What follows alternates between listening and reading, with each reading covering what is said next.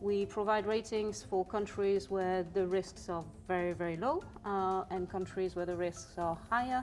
People may have heard of a AAA rating. That's the highest rating, the indication that there's a very, very, very low risk. What conditions do you look at in order to determine the risk factor?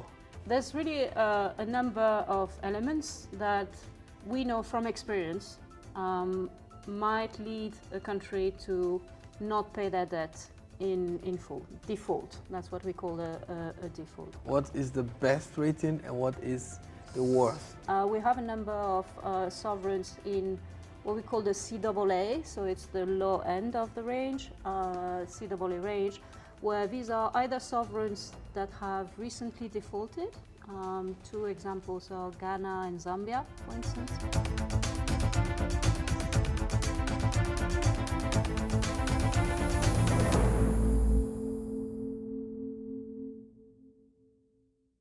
Not a lot of people know about Moody's and the work you do, but it's such a vital job that you do, especially in the African continent. So can you maybe tell us about that?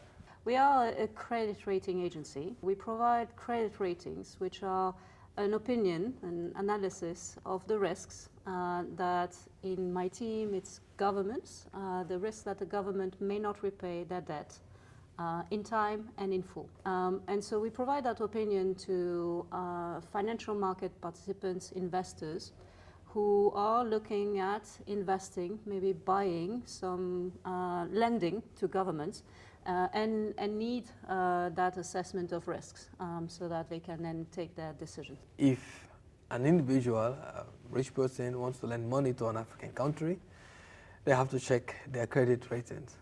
They want to get an idea of the risks that they may not get their money back.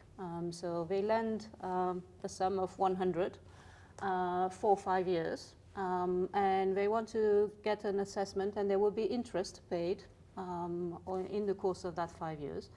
They want to get an assessment of the risk that at the end of the 5 years, will they get the 100 back or less than that? And will they get all the interest payments that are scheduled according to the contract in the course of this? So that's really an important aspect to help investors make their decisions. So they turn then to your organization, Moody's, and say, what are the risk analysis and the rating, the credit ratings exactly. of this country that wants to borrow? And so we do that for 143 countries globally and 28 in Africa. So that means that we provide ratings for countries where the risks are very, very low and countries where the risks are higher. And we provide this on one other aspect is that in your example, that wealthy individual, that company, may be looking at a country in Africa, but they're also looking maybe at countries in Latin America. And that's the decision that they have to make, one or the other. So they want something that helps us compare all of this. What conditions do you look at in order to determine the risk factor are able to pay their debt? There's really a number of elements that we know from experience might lead a country to not pay their debt in full. Default, that's what we call a default.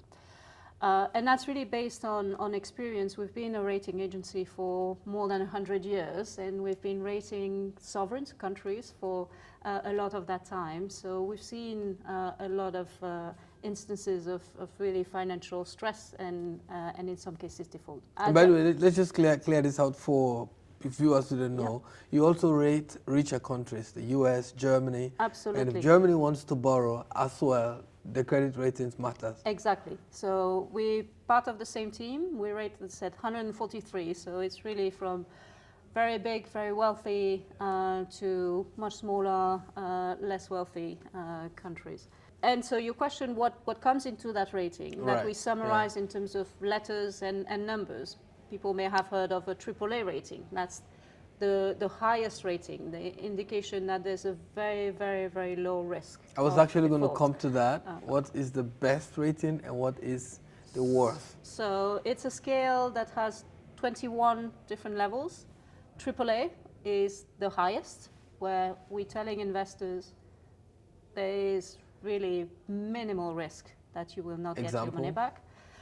Examples include Germany, you mentioned that, include a number of other European countries, Netherlands, Sweden, Norway, Singapore, Australia, Canada. So we have 11 The US is not countries. AAA. The US is not AAA. We downgraded the US, so we lowered the rating by 1 notch to the one just below AA1. At the other end of the scale is a C rating, where there is typically sovereigns that have already defaulted. They've missed some payments. They were due according to their debt contracts to pay debt back, and they have not done that.